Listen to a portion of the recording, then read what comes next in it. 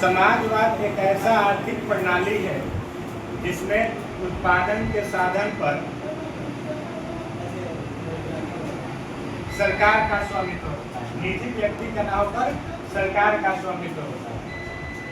ऐतिहासिक दृष्टि से समाजवाद को दो भागों में बांटा गया है, एक है यूटोपियन समाजवाद और दूसरा है वैज्ञानिक समाजवाद। यूटोपियन का हिंदी अर्थ होता है स्वप्नदर्शी, मतलब ऐसा कल्पना जो कभी भी संभव नहीं। यूटोपियन समाजवाद को कहा जाता है कार्ल मार्क्स के जन्म के पूर्व जो समाजवाद का विचारधारा था या जो समाजवादी थे उन्हें यूटोपियन समाजवादी कहा, और कार्ल मार्क्स के बाद जो समाजवादी हुए उनको वैज्ञानिक समाजवाद। इन दोनों में मुख्य अंतर है कि यूटोपियन समाजवादी वर्ग समन्वय पर बल देते, वर्ग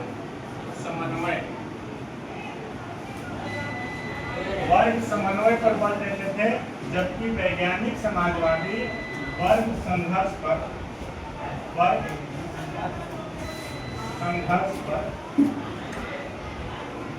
थे। यानी यूटोपियन समाजवाद कहता था कि हम पूंजीवाद से मिलकर जो है श्रमिकों का कल्याण कर सकते हैं, जबकि वैज्ञानिक समाजवाद कहता था कि पूंजीवाद और श्रमिक दोनों अलग अलग विचारधारा है।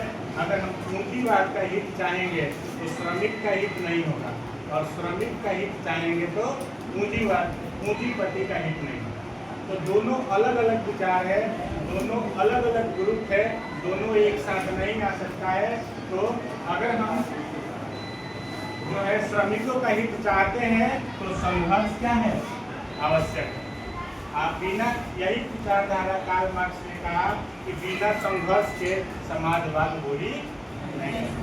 और इसीलिए इस समाजवाद को एक दूसरा नाम साम्यवाद भी दिया जाता, और इसके लिए कार्ल मार्क्स ने बताया था, सभी मजदूरों से यह आह्वान किया था कि तुम्हारे पास खोने के लिए कुछ भी नहीं है, तुम एक हो जाओ और क्रांति करो।